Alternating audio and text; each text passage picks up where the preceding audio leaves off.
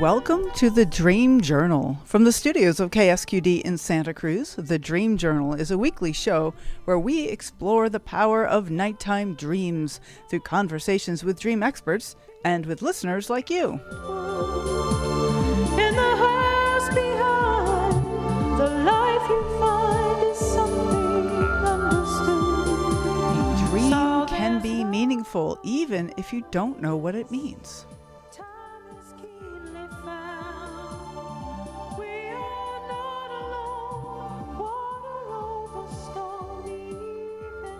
Today's music is called Unclear Nuclear, thanks to Rick Kleffel for creating this music new this week and every week.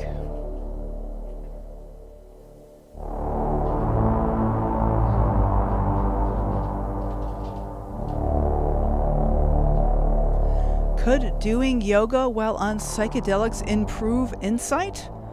And what about yoga while lucid dreaming?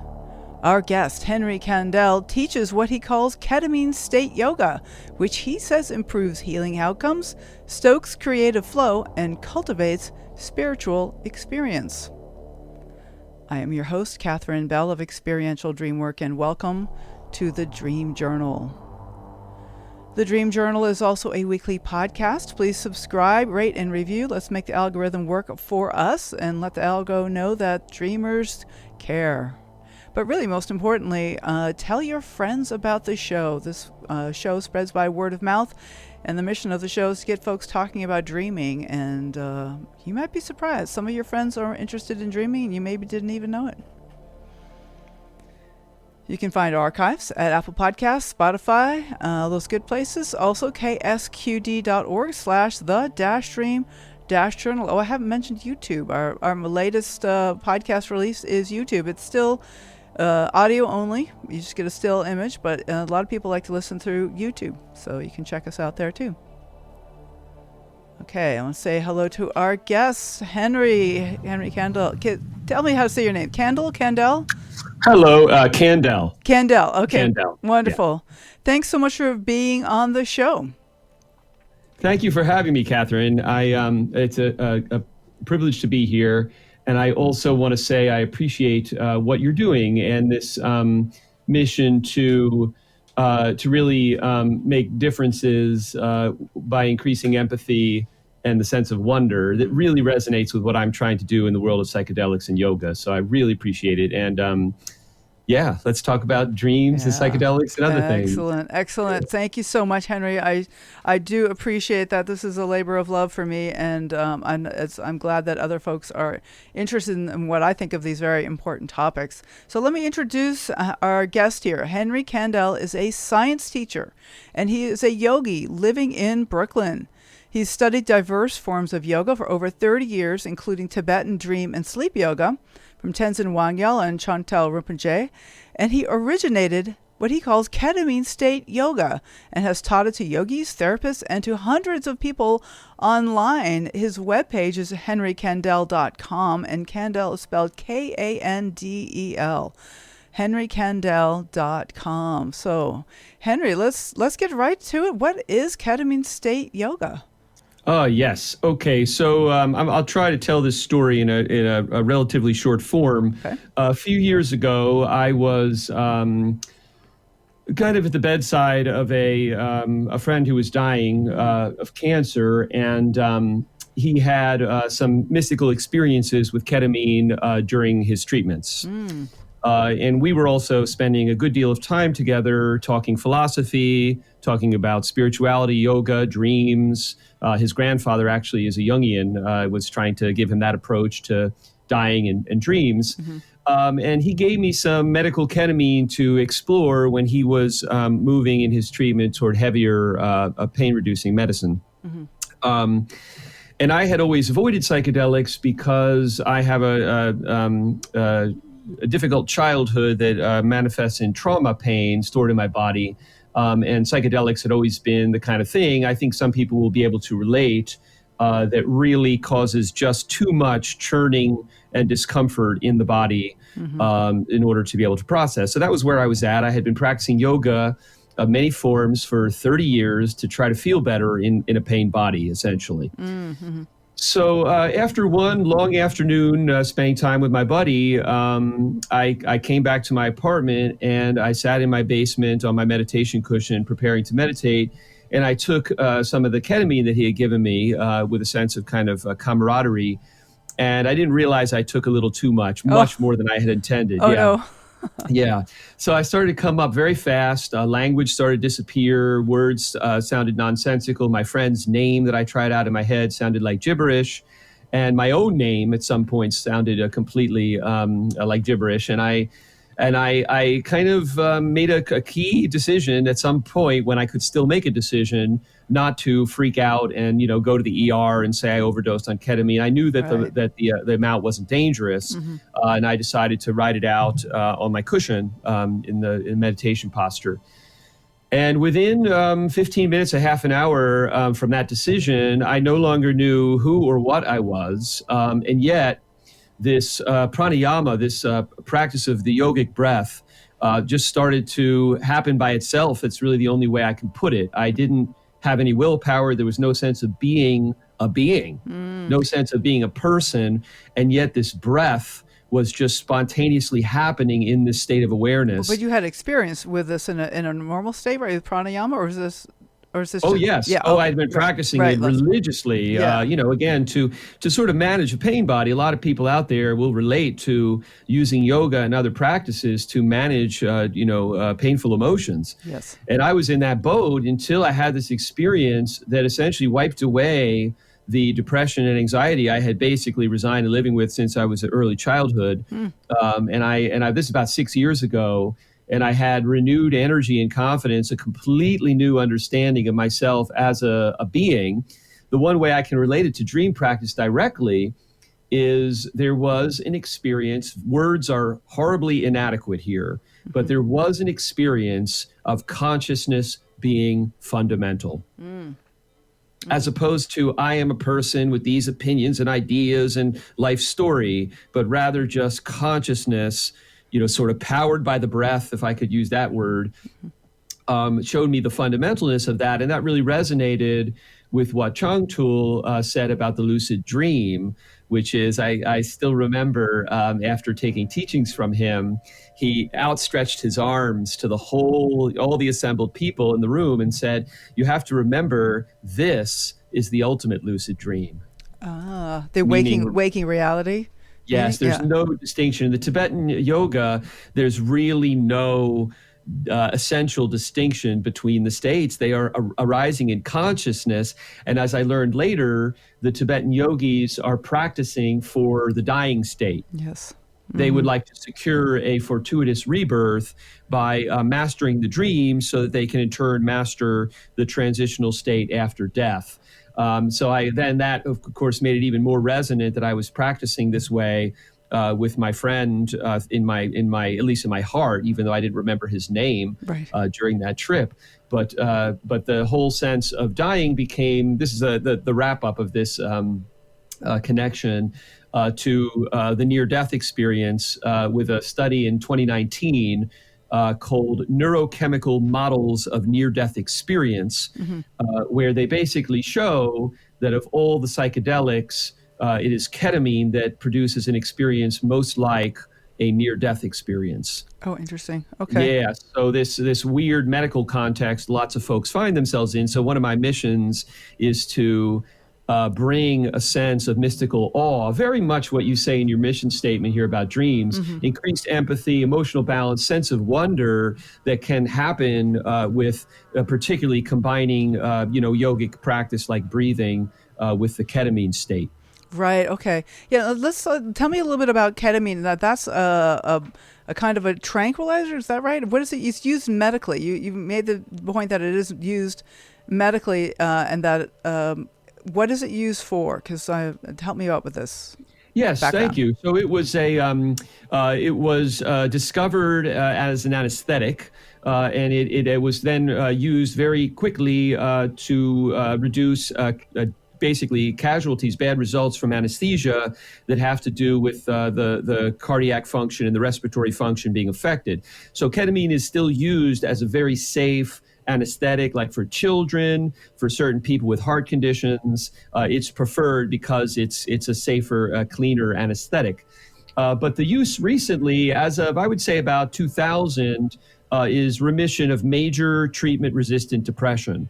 So folks that have had that, the SSRIs have not helped them, conventional therapies haven't helped them. They may be really in a self-harming state, and they find sometimes that ketamine radically and dramatically remits that depression. So tell me about sometimes, because I know that a one dose cure would be really amazing for some of these chronic issues that people have, and yet it's not for everybody. And what do you tell me? Tell me some more about the sometimes. Like, when is it a good thing and when is it not such a good thing? And then I want to get back to you doing the yoga while on the psychedelics, because I think that's a really key thing here. Yes. Thank you. Yes. Yeah. So, right. It does not have anywhere near, I'll put it like this. And this is what I'm trying to do, working with therapists, working as a yoga teacher, specifically in psychedelic yoga, is to let people know that ketamine has this mystical potential. Because it's found in the scientific literature, not just with ketamine, but many psychedelics, that how much your experience is a deep mystical experience is correlated with healing outcomes. Oh, interesting. So the myth wait, let me just pause and say that back to you, because that's pretty profound. So the experience of having a mystical experience while on the psychedelics is correlated with healing these big problems like depression and addiction that people use this for. So the mystical experience is key to the healing process. That's what seems to be the case. And because mystical experience is a hard thing for science to quantify, there are just a few papers, but some of them were with mushrooms, some of them mention ketamine specifically. But this is something that also resonates with like ayahuasca ceremonies and other ways in which psychedelics are used in a much more mystical way. So I'm just noting that the near-death experience produces life-changing positive transformation in a large number of people who have them. That's true. I've heard and we're talking about people in cardiac arrest and with other dire situations, and yet here's ketamine, this simulator of that state, and the average remission of depression is like a week or two, and then the patient has to go back, and then it stops working. It's really a mess, and I would say it's a mess because I'm sure you'll appreciate this essential feature of like medicine is it can be so clinical and sterile and devoid of mysticism. So I think that like just letting therapists know and other people working with ketamine therapeutically that ketamine has this mystical power and that you can really unlock it with yoga pranayama is a real mission for me. Right, because of course these kind of spiritual practices that we do while awake and not on psychedelics are often have spiritual experiences as well, like the meditation and the yoga and the different kinds of practices. And so maybe that's part of the power of meditation itself and these other non-psychedelic practices is to have that spiritual experience itself. So it's something about that spiritual experience that is healing. I wonder if this is interesting. Absolutely. Okay. And really, a famous Tibetan dream yogi, Namkhai Norbu, said, any practice done in dream is 5 times as effective. Okay.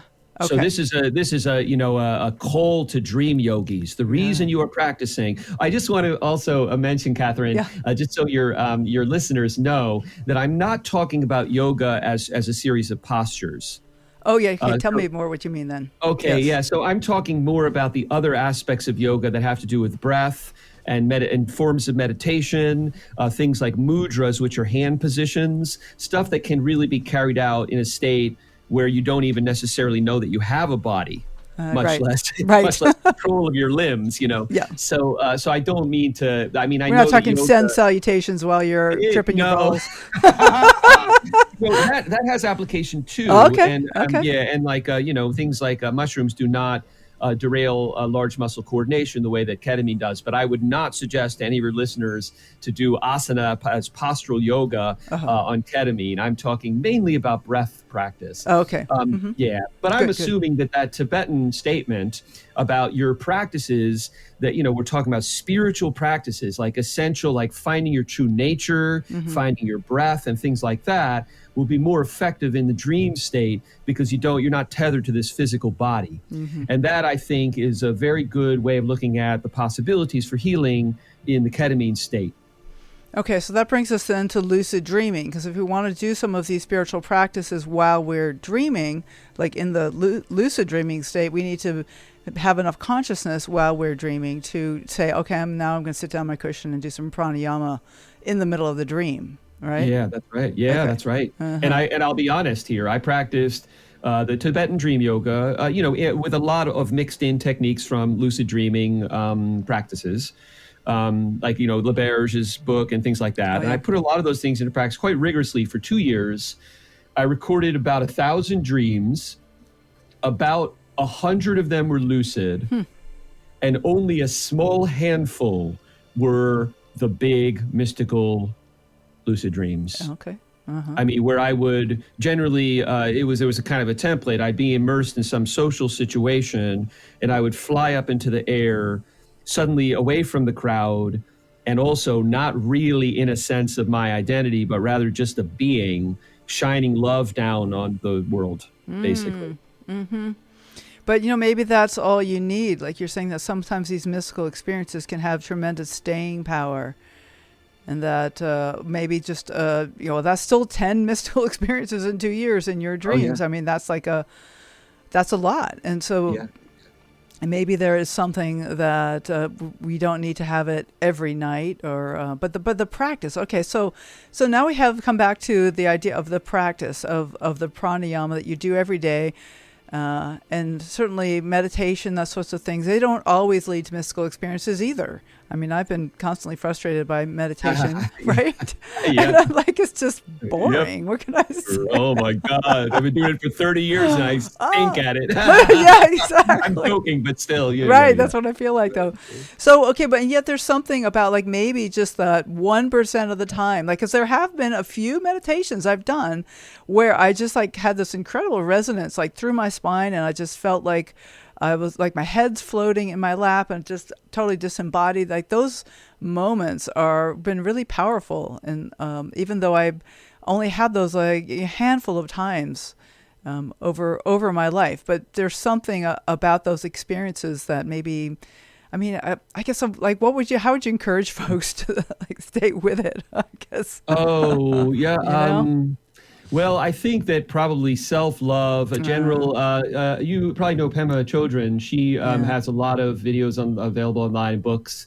The emphasis on a friendly, curious relationship with yourself is very important. I realized a few years after that breakthrough, which kind of ended my depression, which I thought was going to be with me forever. And I realized that I was sort of spiritually bypassing. I was having these breakthrough mystical experiences and not really digging into the pain that had prevented me from being able to access them in ordinary meditation. Because to what you were sort of, it seemed like maybe implying is there is absolutely no need for psychedelics or any substances. The real mystical teaching is it is you right now. Right. You don't need a priest. You don't need a substance. You don't need a book. You don't need anything. It's right here, right now. So that, though, unfortunately for me, and I think for many of us slogging through this modern world, it's like there's so much pain stored in the body that when you drop down into deeper states of awareness, this pain just flares up. The ordinary sort of ego ways of bottling it up and holding it don't work anymore. And you're in this situation of just too much disturbance to actually settle into reality. So then, in which case, then the psychedelic would be a way to kind of bypass some of that, or no, it doesn't really, because you're saying the pain does come up when you're on psychedelics. That certainly can happen. Yeah. But so how does that help? I mean, what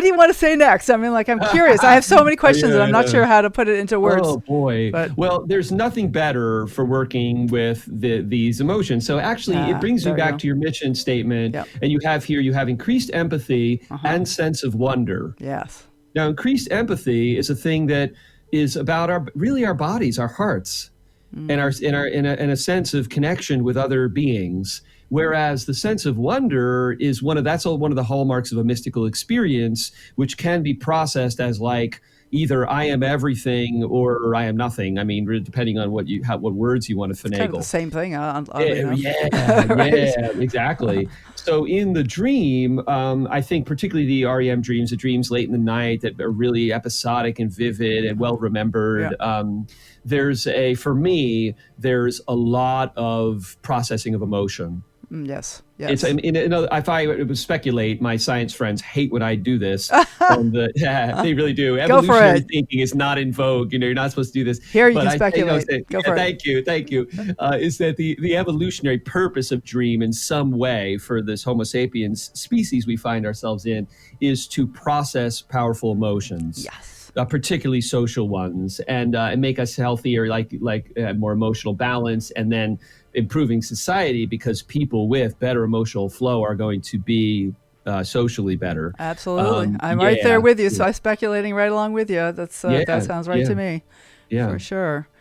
Yeah. And so there's like this emotional processing that happens in our dreams. So here's the thing. So are we bypassing some of that processing when we go to the psychedelic state or when we sit down on the cushion, or is there something value of doing that in parallel, like of exploring the emotional issues and then also having the mystical experience? Is there what is your sense This is about my that? work. This is my work. I'm working on this. This is a problem that, the ongoing thing is my depression, anxiety broke at age, 46 or something. I'm suddenly sitting there with all this energy, but also all this pain. It's extremely vivid.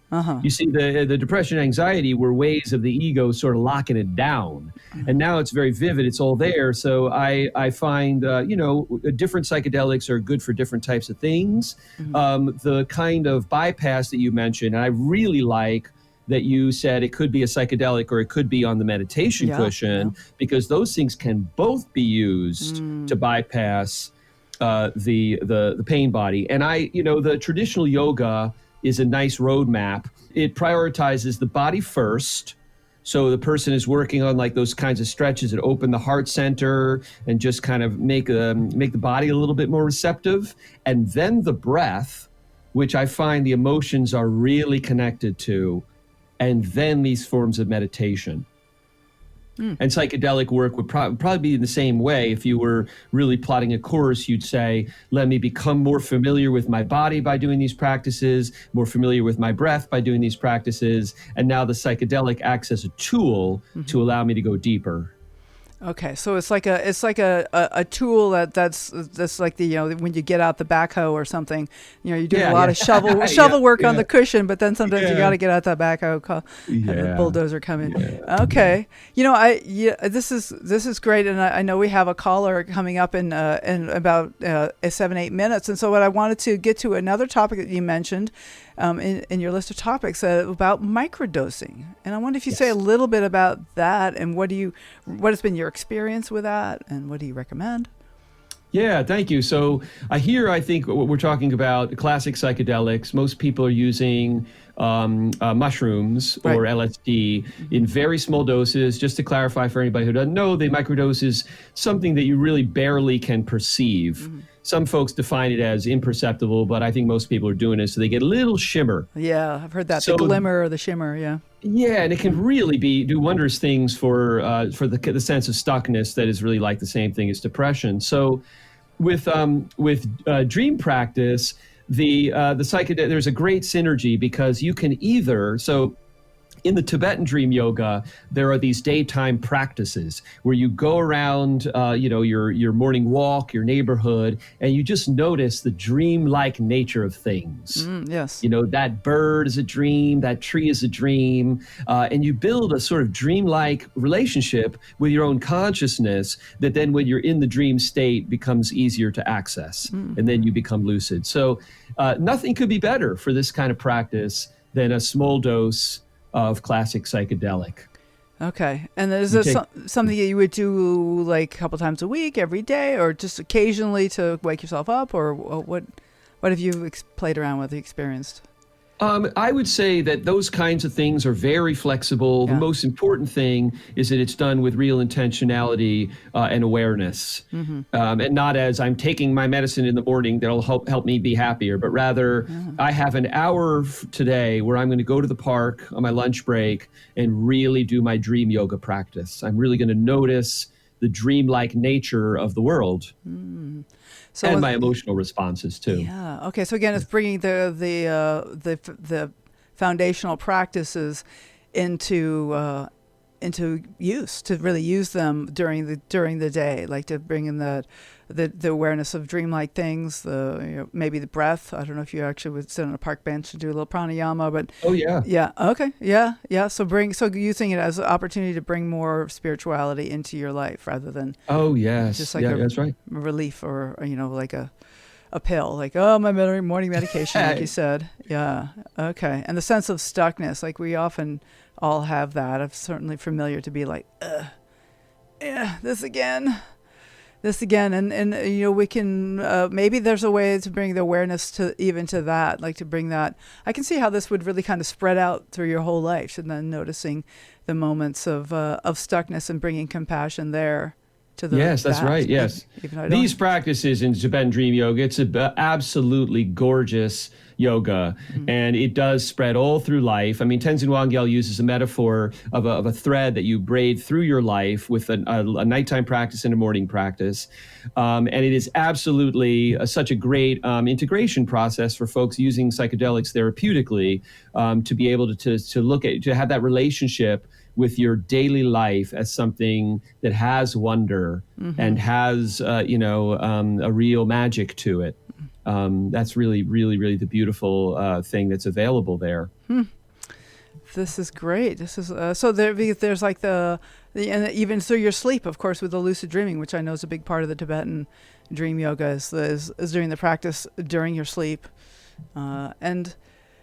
So this has been really life-changing for you, and I wonder what else you have to say before we're going to go to break in just a few minutes, and if you have any other experiences like that has changed, like what has changed for you since you started doing these experiences. You said that you were very depressed, chronically depressed before, and now not so much. So like maybe say a little bit more about what has changed now. You still get frustrated sometimes, I'm sure, like we all do. Oh yeah.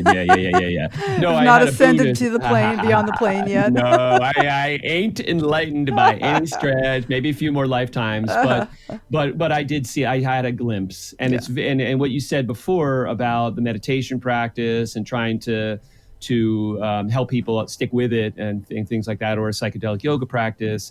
Those glimpses are absolutely precious, because it is very easy to, Tenzin Wangyal said to me, he said, what you think is not a dream is the cause of the suffering. Oh. What you think is not a dream. There's a real understanding in a lot of these mystical traditions that the clinging and grasping to like reality, ironclad, stuck, reality where I say all I am is, and then I list off the attributes of my identity and my opinions and my thing, and I just completely overlook all my deep feelings, many of which may reside in me from childhood, and even more of a shame. I overlook this incredible mystery that I am, that every conscious moment is. And the dream is a way to just see that so directly, and psychedelic experience can be a way to see that directly as well. And it's all practice, like according to the Tibetan Dream Yogis, it's all practice for that moment when we die, and we have to release all of what is here in the world. And my guest last week was talking about how dreams are like little mini near-death experiences that you get, but you get to do it over. Yeah, you that's get another chance, because when you wake up. Well, the Tibetans think you get to do it over. Oh, true. Too, so yeah. Quite so. Hey, Catherine, I want to also tell you, my daughter is going to call in. Oh, great. I hope soon. And she is a master of a certain kind of technique that is the Tibetan Dream Yoga technique, which Perfect. I really couldn't successfully apply. But she'd like to talk about. It's called the Western lucid dreaming language, the wake-induced lucid dream, Okay. or Yes. wild. Yeah. Yep. And for Wonderful. that, yeah, you're not sort of, it's a different thing than cultivating a dreamlike sense of reality that then manifests in the middle of a dream. This is the practitioner having such a delicate awareness placed on the senses that they go right from the waking state into the dream. Okay. And she became a master at that, and the reason is because she started when she was 8. So, she's 20 now, but she has a lot of insight into that technique. Well, in fact, I believe she just called, and I think we have her. We're gonna say hello after the break, but I think you are on the phone. And what's your daughter's name, Henry? Alice. Alice. Okay, so Alice, hang tight. We will be right to you. Thank you so much for calling in. And I will say this is Henry Kandel, and thanks so much for being here. We have a whole nother half to go, a lot more to talk about. I'm very excited about.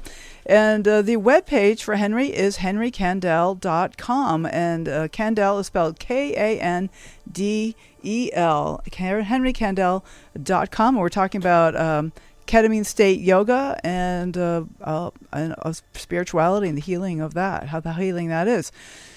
So we are broadcast live from the KSQD studios in Santa Cruz and co-broadcast live in San Jose by KCXU.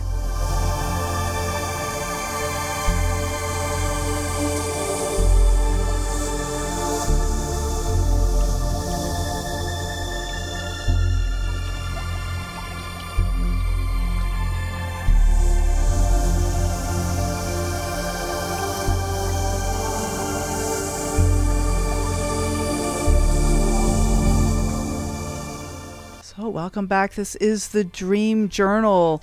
I want to welcome our far-flung listeners. We have lots of California folks, Santa Cruz, of course, Santa Clara, Sacramento, Los Angeles. We have Olympia, Washington, Chicago, Illinois, Ashburn, Virginia, and Emmaus, Pennsylvania.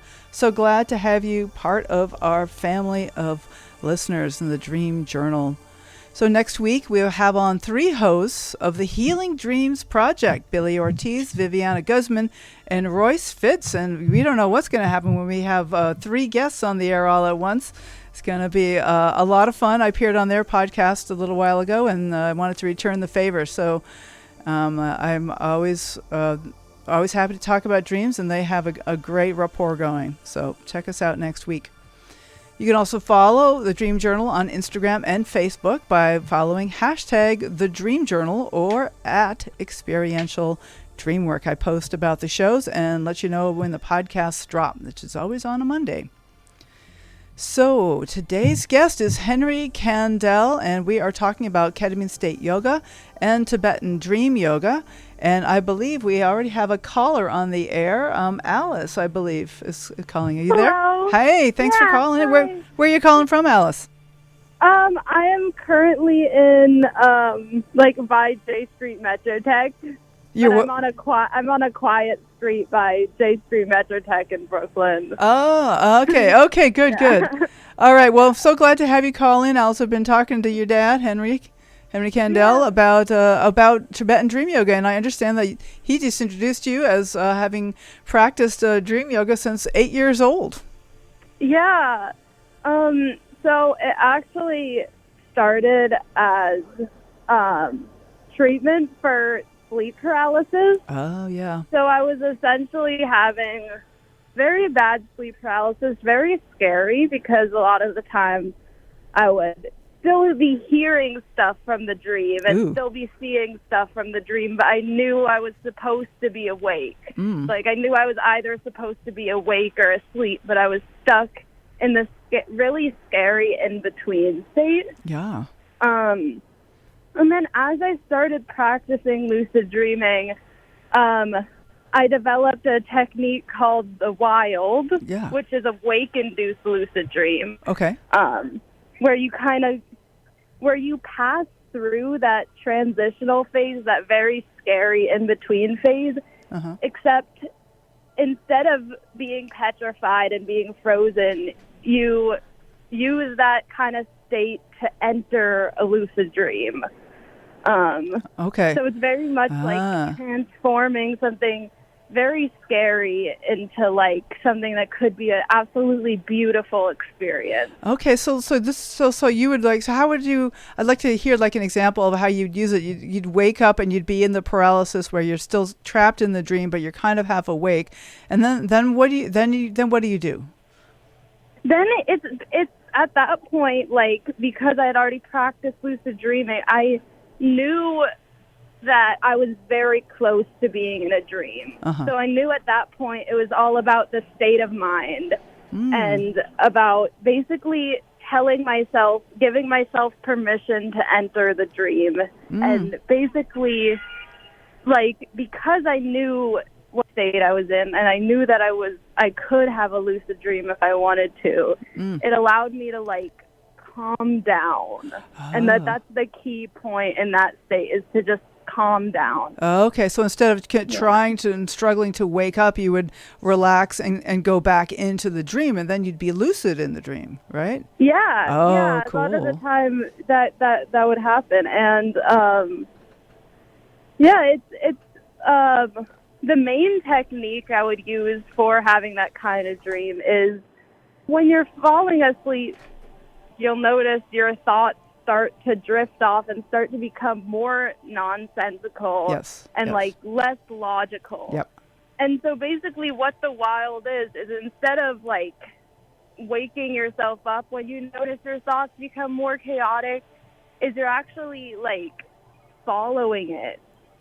But so you have awareness of your thoughts and you're not like ignoring them, and you're also not letting them wake you up. So it's like a very thin line to like follow these thoughts as they start to become more chaotic and start to turn into a dream. Oh, interesting. But you can maintain awareness, so you're lucid while you're following these thoughts, because often, you know, my awareness just kind of drifts off, and then so you can even like have a voice in your head at that point that like guides you into the dream. Okay, so Alice, this is very cool. And did you once you're in the lucid dream, what about this idea of spiritual practices in a dream? Has this something that you have practiced yourself? Have you tried this? Absolutely. Do you meditate and all that? Absolutely. Yeah. I was actually just thinking about the fact that in the dream, I feel more connected to people, and I feel like there are parts of my like love that I can access in a dream that's much harder in our reality. And so I've done a lot of experimenting inside the dream to see what things are meaningful. For instance, like I tried meditating at one point and, you know, singing a chant.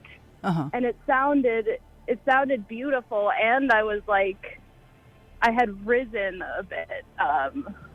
So just like in the dream, you were floating. Yeah, I was like floating, and when I had sung this chant, I was only one voice, but for some reason it had created a whole kind of eerie harmony, which is really interesting. So they're I would encourage people to like experiment with an open mind, because you could try something in a dream you don't even think it would be spiritual, but then it ends up being incredibly spiritual. Or try to talk to your enemy. Try to talk to someone who's been like, or who's been, maybe don't start with your arch enemy. Maybe start with right. Let's work up to that. Yeah. Like there have been situations where I've been very mad at someone, and then I saw them in a dream and we had this beautiful connection. So I would really encourage people to have a very open mind about what they can do in dreams. It just seems like this wonderful laboratory where you can experiment what you need to do in waking life, and maybe that's part of the evolutionary purpose of dreams. Exactly. Yeah. You know, I do know people who actually will do things like, or I've read about people, but this way, I've read about people who will practice like ski jumps or, you know, high jumps, different athletic feats in dreams, just to kind of get a sense of what that feels like. Yeah, definitely. It helps for a lot of physical activities. It's helped me with like the mental preparation of it. Yeah. Okay. I would also just add that there are very magical feelings that can happen, especially in like wilds or wake-induced lucid dreams. Yeah. Like very out-of-body feelings. So if people keep practicing, like they could get to a point of, some people call it like astral projection. Oh, Some yeah. people, yeah. Okay. And so is that something that you do, or I guess, yeah, I'm also curious, like, what are your goals? What are you wanting to do? Yeah, I want to explore, like, I loved your laboratory metaphor. I want to, like, explore dreams as if there's a laboratory, as if they're in the laboratory, because there's so much we don't know about them. There's, like, you have extreme heightened intuition at a point where some people have even been able to predict things, like, or like get ideas of what the future looks like. Oh, yeah. There's a lot of like precognitive dreams, talk to people who have died. Yeah. There's a lot of possibilities. Exactly. The hard part is, how do you become conscious in the dream? And this is Yeah. like, this is the think- tricky bit. And then maybe in our lives too, like Henry Kandel was saying, this is the waking dream. Like, can we be conscious while we're awake? Even. I think, yeah, that's one of the most important techniques, is actually to try to be lucid in waking reality. And I also think a really helpful thing for starting out is, even if you can't lucid dream right away, even if it's like taking a while and you're trying all these techniques, it's really, really important to start valuing all your dreams. Because thank you. if you don't value like the dreams that aren't lucid, like in my experience, you'll just have less of a rich dream life. Thank you. I appreciate that. I think that's so true. I don't think there's no such thing as a mundane dream. We have a kind of jokes in some of my dream groups. So it's like, oh, this is a mundane dream. There's probably nothing in this dream. Ha ha. Right? But there's always something, even in the most like simple dream that looks like just like waking life. There's always some insight. There's something valuable. Yeah, exactly. And once you start valuing all of those, it will probably be a lot easier to start your lucid dream practice. Yeah. Okay, good. I appreciate that. That's wonderful. Yeah. Alice, this is great. I'd love to chat more. Maybe we could set up a time to talk over Zoom or something. I'd be curious to hear more about what you're working on. Yeah. Yeah. Thank you so much for this opportunity. Yeah. Thank you, Alice. Yeah. Thank you. Bye. All right. Bye. Bye. I thank you. This is fabulous. I believe we have a second caller on the line. Although I think we can say hi. Are you there? Second caller? Yes, I'm there. Hi. What's your name? And where are you calling from? This is Ellen Kane from Soquel these days. Okay, great. So yes, you've heard from you in a while, Ellen. You were a regular caller for a long time.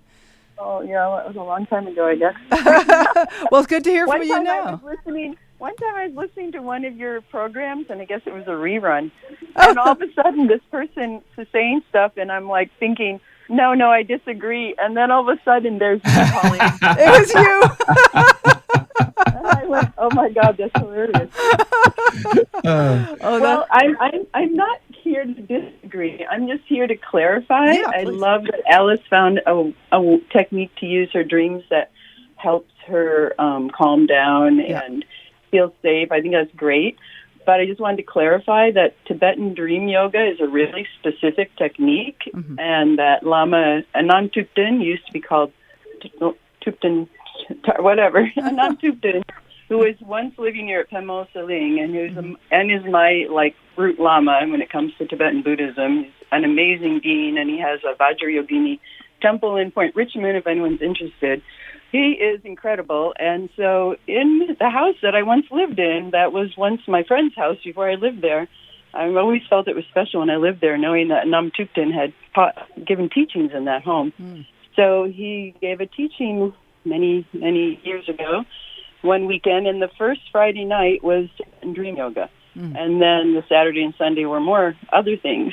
But because, I'm a dream fanatic, when he did the Tibetan Dream Yoga, there's all this visualization with the Tibetan Om circling around. It's really intricate, all the visualizations. And then you're supposed to do that as you're falling asleep. And the whole reason behind Tibetan Dream Yoga, and you were asking Alice about, what kind of spiritual, the whole point of Tibetan Buddhism in general is you always want to try to benefit all beings. Everything is about doing merit to benefit all beings. Yes. So the whole idea is like, why waste the Tibetans are like, why waste all that time you're dreaming without doing good karma, without doing your dharma. It's actually your dharma practice is to always do good for other beings. So the whole idea is you're going to use your dreams, become lucid, so you can keep praying for others. Okay. So that's the purpose behind it. And there's this whole intricate array of visualization that you do when you go to sleep that's supposed to help you become lucid. And because I'm so fanatic, like he's like, tomorrow morning we're going to report back about our dreams. Wow. I totally want to do that, right? Yeah. So I'm going to bed and I'm going through like, oh my gosh, it's really complicated. And I was really tired. I remember kind of like dozing off and going like, oh, I got to go back to this visualization, And then it's crazy because instantly it worked for me. I like instantly became lucid in my dream, and it was some weird dream. I feel like I was at the boardwalk or something, going down the amusement park ride. There was something like that. It wasn't necessarily the boardwalk, right? But it was part of me looking at this other part of me going, oh my gosh, I'm dreaming now, and I need to be doing this for the benefit of all beings. Like I need to be doing some, praying, and and I was just like, woke up, went, oh my God, that's crazy. I totally became lucid instantly following this intense technique of visualization. And maybe just because I just was so inspired that I wanted to share my experience the next day. Oh, that is interesting. And I did write down, somewhere I wrote it down, so I have all the details of what that dream was. And I remember waking up and going, oh, I have to go do it again. Like I woke up out of that lucidity. And I don't remember if I got back in again, but it was kind of funny that I'm there going, oh yeah, the reason that we're being lucid in our dreams is that we need to. I was going around my dream going, what can I do to help you? Like trying to find. Oh, sweet. Anyway, I just wanted to clarify that. That is technically what Tibetan Dream Yoga is a seated visualization so that we become lucid, so that we can use our dream state to keep doing our Dharma practice. Love it. Well, thank you, Ellen. I'm really glad to hear your experiences and get your clarifications. And then the funny thing was the next day, that Saturday, he goes through the whole day of teaching, and he never asked, and I had to like raise my hand and go, you never asked about our experiences. Remind him, like, hey, I have something to share. Yeah. Okay, thank you for letting me share that. Thank you. Okay. All right. Thanks, Ellen. I love your program as always. Thanks. Take care. Hope to hear from you soon. Bye-bye. Bye now. So very interesting. So some of this can be quite effective, and there's something that was floating through my mind. We have about 5 minutes left or so, Henry, and you can go where you want to go. But the thing that floated through my mind let's speculate. Yeah. Why do you think spiritual experiences are healing? Okay, that's beautiful. Thank you. Yeah. Let me just slip in a sort of clarification of a clarification. Please, yes. Most of my teaching, there are several different dream yogas and several in Tibet, and then there are others around the world. The Tibetan ones, as far as I know, are the most fleshed out and intricate. But Ellen referred to Buddhist techniques. Most of the teachings I've taken are actually from Tibetan Bon lamas. Okay. Bon is an older spiritual tradition of Tibet that precedes Buddhism. It's very related in certain ways. Tenzin Wangyal's teachings definitely feel like a blend. But I wanted to say, as she was saying, visualizations tend to be a central aspect, but they're not uniform in what they are and really what the overarching approach is. Just to further clarify that she was talking about a specific lineage. Right. Yeah. So as far as spirituality and healing, I have this is a very, very gentle theory of what's going on with the correlation between mystical experience and healing. Mm-hmm. And it has to do with something in yoga called the chakras. Yep. And like this discussion of dream yoga, where there are many yogas, they have essential common elements, but a lot of differences. also with the discussion of the chakras, there might be like, this one is red, and some other tradition may say, no, it's yellow. This one has a 8-petaled lotus. No, actually, it's 6. And then there are even more profound differences. Like some traditions might have an extra chakra somewhere, like at the bottoms of the feet, or not have a certain chakra that some other tradition has. But basically, I think the chakras are places where we experience what in yoga is called the energy body, which you could also call the emotional body. So, they say the body keeps the score in this new thinking about stored trauma. So basically, when you have a mystical experience and there's no self, and there's no language. I mean, I think that there's even sort of saying for sure that a person had such a thing, or really what it is already fuzzy science. But basically, when I had that breakthrough experience with ketamine, and I think in general, the experiences I've had that have been very, very profound, either in psychedelic work or in the lucid dream state, there's a complete surrender of the sort of ego as it exists in the body. And then, so in other words, a peak mystical experience is like, you'd say, what are the words for it? I don't have any words. Maybe I just am awareness, but without a sense of identity. In that state, all of the holding patterns, the clenchings and holdings and stuckness and whatever it is that basically define the ego start to, this is the metaphor, sort of move into a state of better equilibrium. Okay. Wow. Move toward balance. Surrender of ego. Okay. Yeah, I like right. that. So That's right. Henry, this is fabulous, and I love that you jumped right into the speculations. I love this. This is a good opportunity to do that on the show. So I wanted to say your webpage again. This is henrykandel.com, and that's Henry's Henry, Kandel Kandel.com. He practices Ketamine-State Yoga. You can find out more about it on his webpage. Is there anything that you want to tell about any offerings you have coming up, or what people can look for? Thank you, Catherine. I hope to update I really should be updating my website regularly.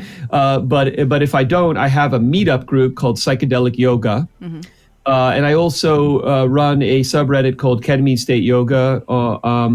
So those are places to check in. I run at least one event that's specifically about ketamine-state yoga, like say once every couple of months. But I teach like lots of other techniques, psychedelic breath work. I'm probably going to get trained in administering 5-MeO-DMT soon. Okay. So I'd like to just say it's general psychedelic yoga that I'm working in. And I would love any form of collaborators. I met somebody who's a posture therapist. I've met a lot of trauma therapists, and I love to get together and brainstorm just ways of helping people. HenryKandel.com. It's so great to have you on the show, Henry. So thank you all for listening. The Dream Journal is produced at the studios of KSQD in Santa Cruz. We are live every Saturday at 10 a.m. Pacific at ksqd.org. In case you want to give us a call, do contact me if you'd like to be a guest on the show. Advertise a book, talk about your practice and your offerings. This podcast is released on the Monday after the show, and it spreads interest in dreaming when you subscribe, rate, and review. My name is Catherine Bell. You can find out about my dream coaching practice at experientialdreamwork.com. You can email me at catherine@ksqd.org, KATHERINE@ksqd.org. Follow Experiential Dreamwork and hashtag the Dreamwork Journal on Facebook and Instagram to find out about upcoming shows. I'd like to thank Rick Kleffel and Eric Nelson, who did the phones today, and the intro and outro pieces, which are both by Mood Science. So tomorrow morning when you wake up, take a minute and write down your dream and bring it to the next Dream Journal.